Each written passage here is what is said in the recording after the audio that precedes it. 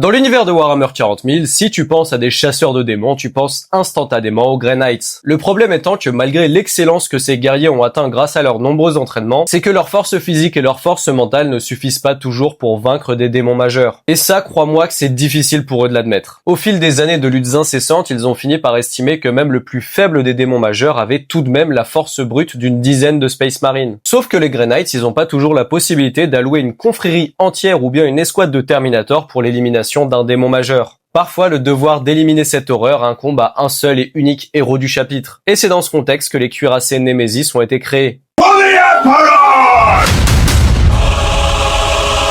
À première vue, je trouve que l'on pourrait croire que c'est une variété de Dreadnought. En tout cas, c'est ce que je pensais. Mais on est bien plus sur un exosquelette qu'une immense cuirasse. En tout cas, une chose est sûre, c'est que cette merveille technologique n'est pas à la portée du premier venu. Déjà que les Grey Knights incarnent une certaine élite, rares sont les Astartes ayant la force physique et mentale de maîtriser ces armures. Mais lorsque les élus parviennent à dominer ces machines, la récompense est si grande que le maniement des armes lourdes Nemesis leur permettent de trancher la cuirasse des démons majeurs. Et il faut quand même souligner la perf. On sait que les Grey Knights sont un ordre secret et mystérieux, et ils ne font pas exception avec cette technologie. On ignore si elles proviennent du Moyen-Âge technologique ou si elles sont d'origine extraterrestre. En tout cas, ils refusent de partager à quiconque ce savoir, même à l'Adeptus Mechanicus. Mais puisque les Chevaliers Gris ne répondent qu'à l'Inquisition, ils se considèrent au-dessus des lois qui obligent le partage des technologies entre les armées de l'Imperium. Et en vérité, dans les faits, ils sont bien au-dessus des lois. Je te remercie. N'hésite pas à t'abonner, on parle de Warhammer tous les jours.